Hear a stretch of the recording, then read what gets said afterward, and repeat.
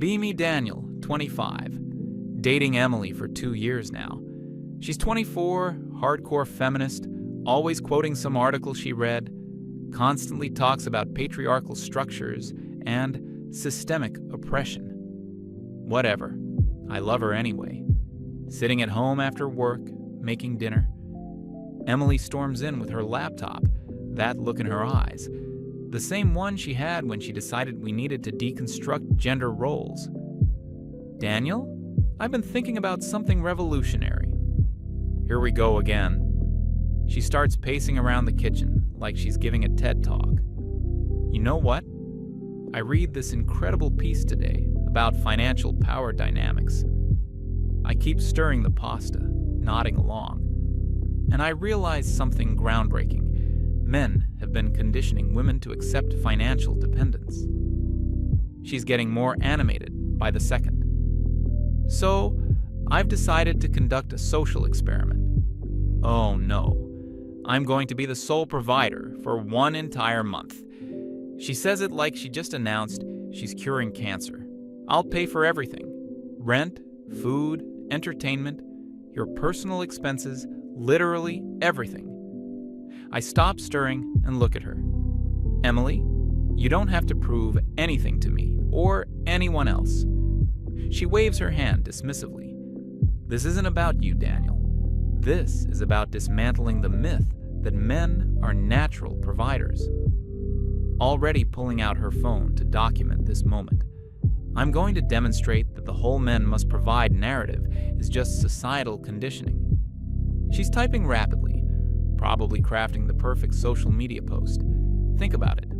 If I can do it effortlessly, it proves the system is designed to benefit men. I turn off the stove, sensing this conversation isn't ending soon. Her phone rings immediately. Emily puts it on speaker without asking me. Girl, you'll never believe what experiment I just designed. Her friend's voice is excited. Ooh, tell me everything. I'm going to financially support Daniel for a whole month to prove a point about gender dynamics. Silence on the other end for exactly 3 seconds. Emily, that's absolutely brilliant. You're literally dismantling patriarchal expectations. Friends getting hyped up now. Show the world that women can be providers too. This is so empowering. Right? I'm going to document everything and maybe write an article about it. Emily's practically glowing with excitement, hangs up and turns to me with this triumphant expression. See? This is exactly the kind of progressive action we need more of. I just nod because arguing with Emily in crusader mode is pointless. Learned that lesson the hard way? Next morning, Emily wakes up extra early.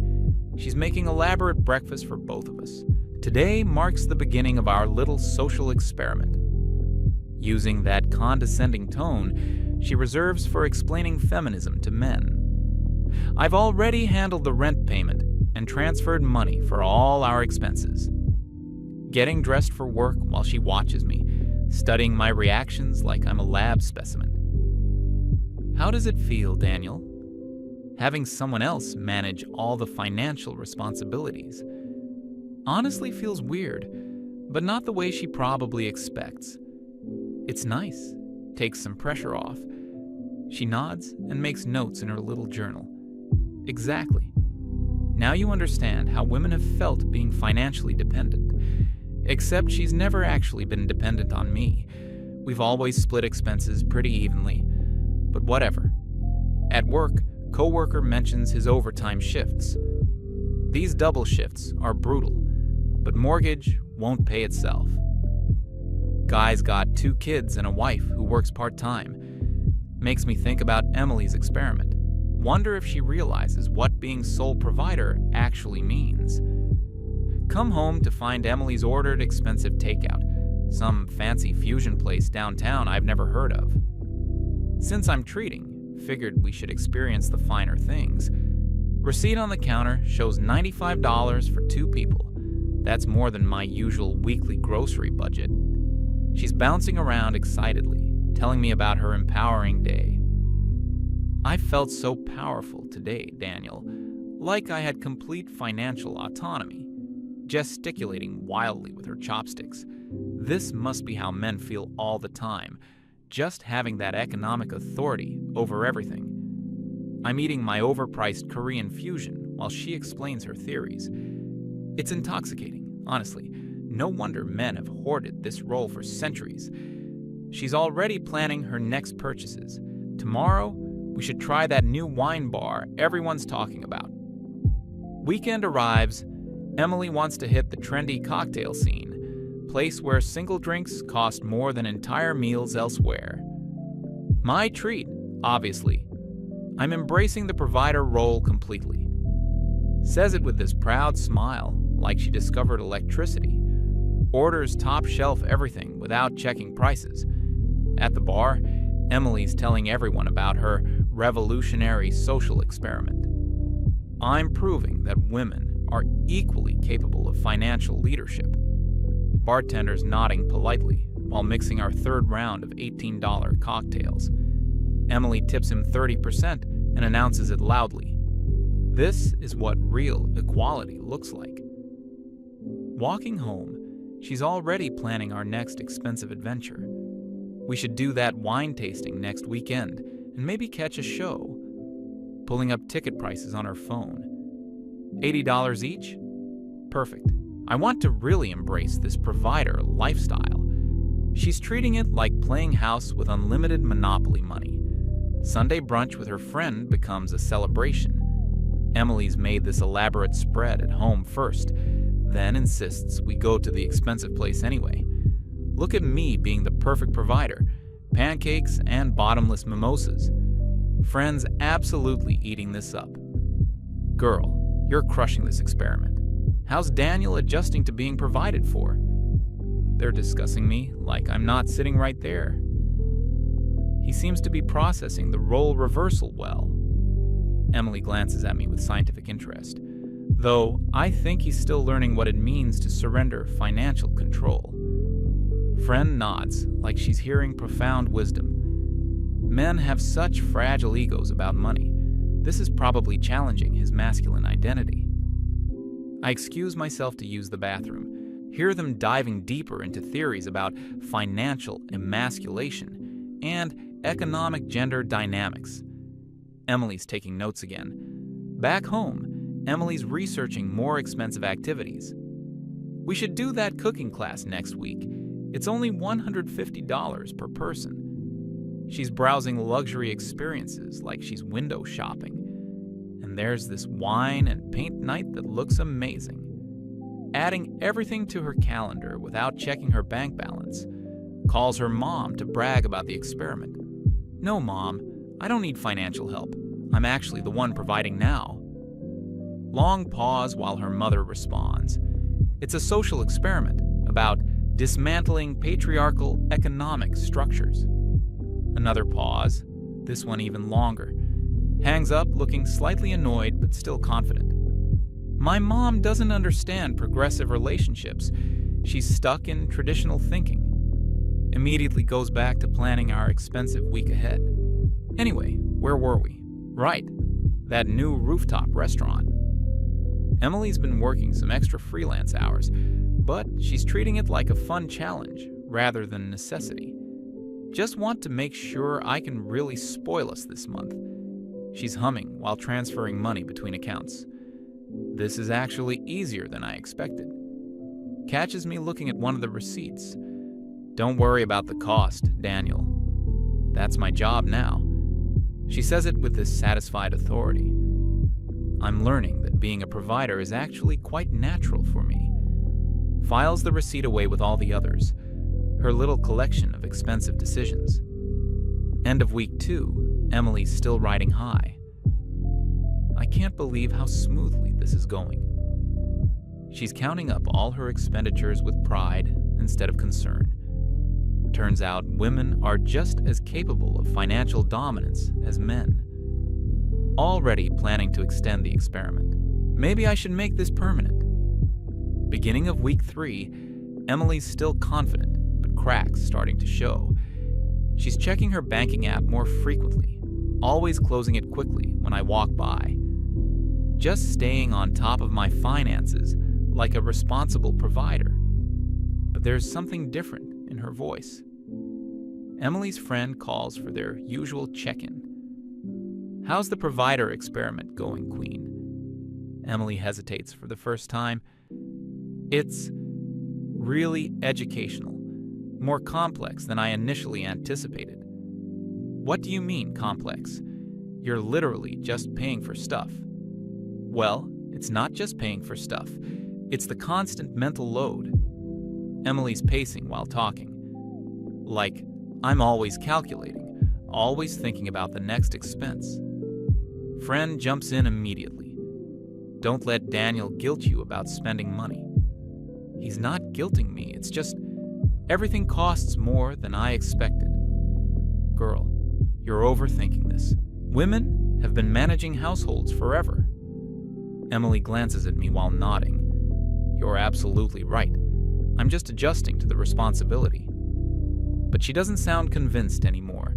Starts browsing freelance job boards immediately after hanging up. Emily pays the rent, and I watch her face. Slight wince when the payment processes.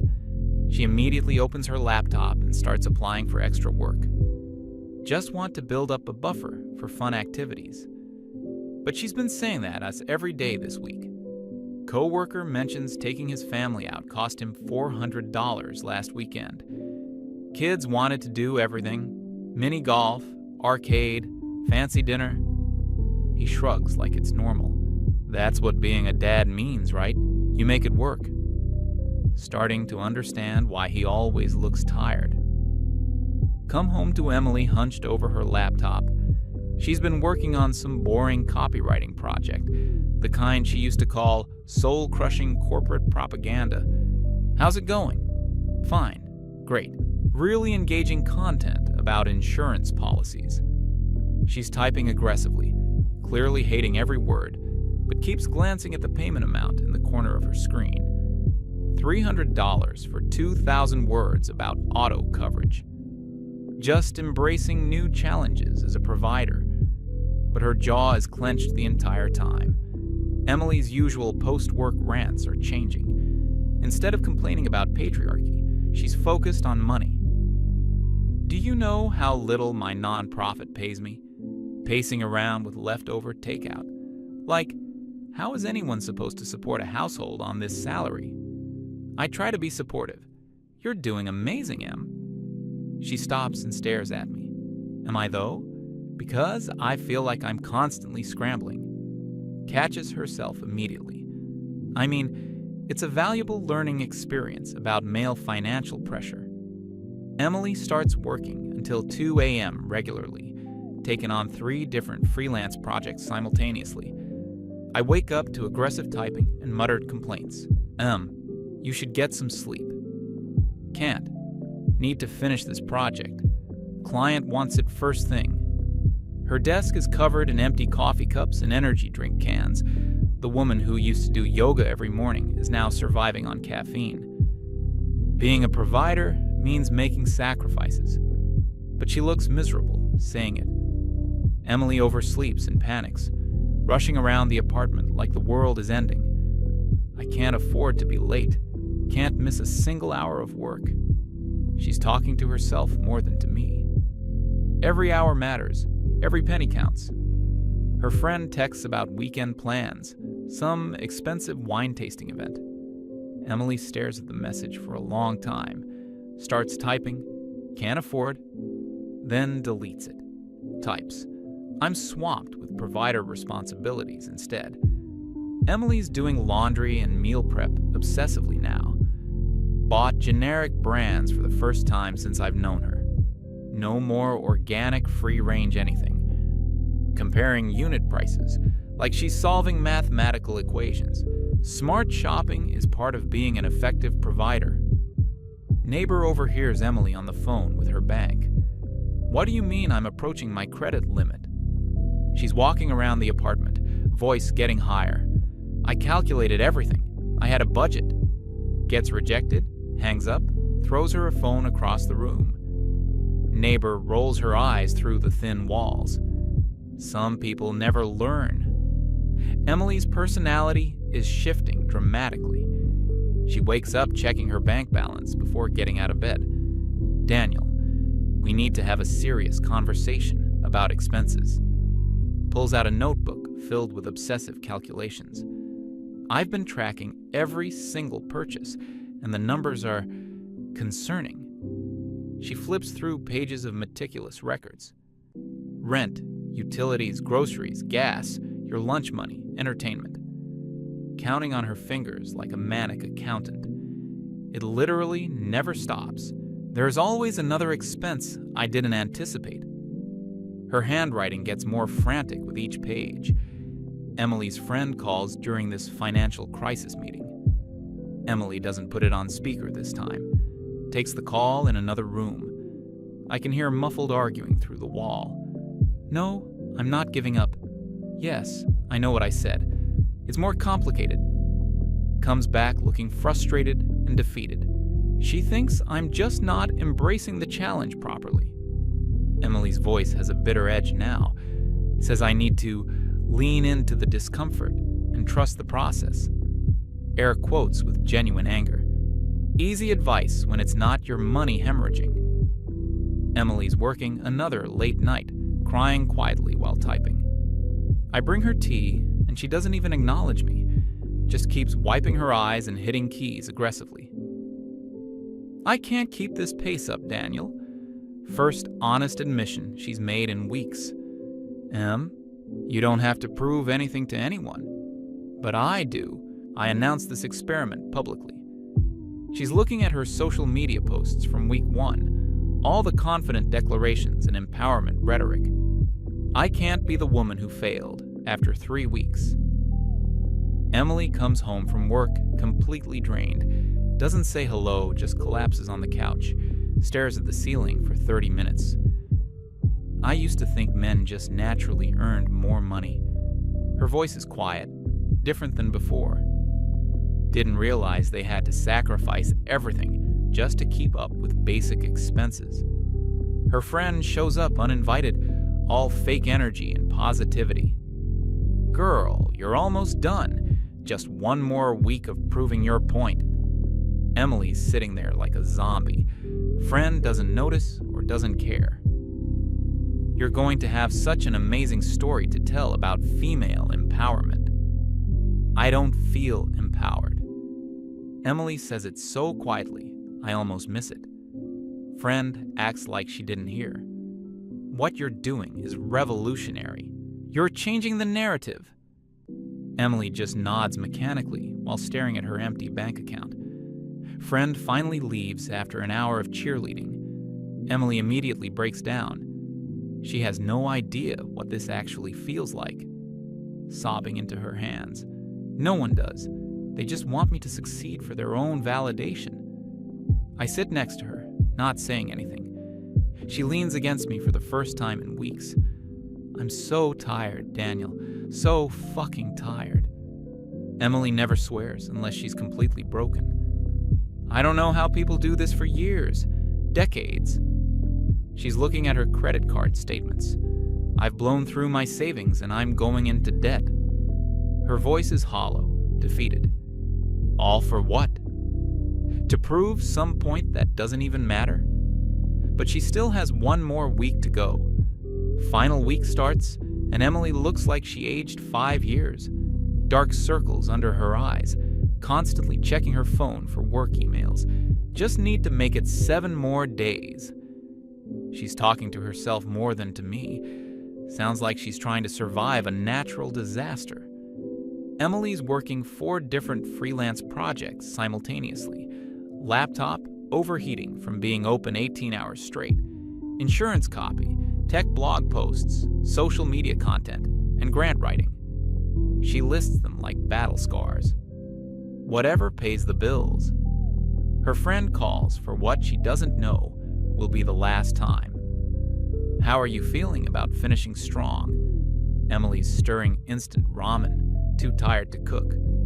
I'm learning a lot about the male perspective on financial responsibility. Diplomatic answer that says nothing. That's amazing. You're going to have such insights for your article. Friends still living in week 1, Emily's fantasy. Yeah, insights. Emily's voice is completely flat, hangs up, and immediately gets back to copywriting about dental insurance. Emily's mom calls, concerned. Honey, you sound exhausted. Are you eating enough? I'm fine, Mom. Just busy being a provider. But she's eating cereal for dinner again. This experiment is really opening my eyes. Understatement of the century. Co-worker mentions his wife surprised him with dinner reservations. Cost her a fortune, but she said I deserved it after my promotion. He's genuinely happy about the gesture. Sometimes it's nice when someone else takes care of the finances. I think about Emily's experiment being anything but nice. Come home to Emily having a breakdown at the kitchen table. Bills spread everywhere. Calculator in one hand, phone in the other. The credit card payment is due tomorrow. She's doing math over and over, hoping numbers will change. I don't have enough. I literally don't have enough money. She looks up at me with genuine panic. Daniel, I need to ask you something, and I hate myself for it. Already know what's coming. Can you cover the credit card payment? Just this once. The irony isn't lost on either of us. Hand her my debit card without saying anything. She takes it like she's accepting defeat. This doesn't count against the experiment. She's bargaining with herself. It's just a temporary cash flow issue. But we both know what this means. Emily spends the entire night working. I wake up at 4 a.m. to find her passed out on her keyboard. Article about 10 ways to maximize your insurance coverage, half finished on screen. Carry her to bed. She doesn't even wake up. Laptop still running. Another deadline approaching in 3 hours. She wakes up panicked, rushes to finish the insurance article, submits it with typos because there's no time to proofread. Good enough. They're paying me $50 for this garbage. Immediately starts the next project. Blog post about productivity apps. The irony is killing me. Emily's phone buzzes with a low balance warning. She stares at it for a full minute. 2 more days. I just need to last 2 more days. But she's already borrowed money from me. The experiment failed days ago. She just won't admit it. Neighbor hears Emily on another phone call with her bank. Please, I just need a small increase to my credit limit. She's begging now, all pride gone. It's temporary. I have income coming in. Gets rejected, hangs up, throws her phone across the room. Neighbor finally speaks up through the wall. Having money problems, sweetheart? Emily's mortified that someone heard. Just managing some temporary cash flow challenges. Still trying to maintain the facade. Sounds familiar. My ex-husband used to make those same calls. Neighbor's voice has zero sympathy. Always thought providing for a family would be easy until he had to do it. Emily goes silent. Funny how that works out. Last full day of the experiment. Emily can't even pretend anymore. She's eating plain pasta because it's all we can afford. I used to judge men for being stressed about money. She's speaking to her bowl more than to me. Thought they were just being dramatic or controlling. Takes another bite of unseasoned noodles. Turns out constant financial pressure actually changes you as a person. First genuine insight she's had in 4 weeks. Makes you desperate. Makes you do things you never thought you'd do. Emily's friend texts asking about celebration plans. Tomorrow's the big day. How are you going to celebrate crushing this experiment? Emily stares at the message for 20 minutes, types and deletes a dozen responses. Finally just sends, rain check on celebrating. Final morning arrives. Emily wakes up and doesn't check her bank balance. It's over. I made it through the month. But there's no victory in her voice, just exhaustion and relief that it's ending. She's adding up all the money she borrowed from me. I owe you $847, writing it down like a confession, plus whatever interest you want to charge. I tell her not to worry about interest. She almost cries with gratitude. Emily's friend calls to congratulate her. You did it. You proved women can be providers just as well as men. Emily's holding the phone away from her ear. Yeah, I proved something all right. Friend doesn't catch the tone. So, when are you writing the article about your success? Emily looks at her laptop, then at the pile of unpaid freelance work. I need some time to process everything I learned, which is code for never. After the call, Emily sits quietly for a long time. I owe you an apology, Daniel. She's not looking at me. Not just for the money, for everything. I thought being a provider was just about having enough income. She's speaking slowly, choosing words carefully. Didn't realize it was about constant worry, sacrifice, never feeling secure. About working jobs you hate because bills don't care about your dreams. Neighbor overhears this conversation too. Can't resist one final comment through the wall. Sounds like someone finally figured out what it's like to be the man in the relationship. Emily winces, but doesn't argue. First time she's been called out without fighting back. Emily deletes all her social media posts about the experiment. I'm not ready to admit publicly that I was wrong, but she's admitting it privately. Maybe someday I'll write about what I actually learned. About how hard it is, how it breaks you down. She looks at our stack of bills. Want to split these going forward? First time she suggested sharing financial responsibility. I mean, if that's okay with you. Like she's asking for a favor instead of offering equality. Emily starts researching budgeting apps. I never had to think about money management before. She's looking at expense tracking spreadsheets. Always just assumed if you made decent money, you'd have enough. Turns out there's a difference between making money and managing it. A week later, Emily pays for dinner but splits the check. This feels more fair. She says it quietly, like she's admitting defeat. But it's not defeat, it's understanding. I get it now. Why relationships work better when both people contribute. Emily never mentions the experiment to her friends anymore. When they ask about her revolutionary experience, she changes the subject or gives vague answers.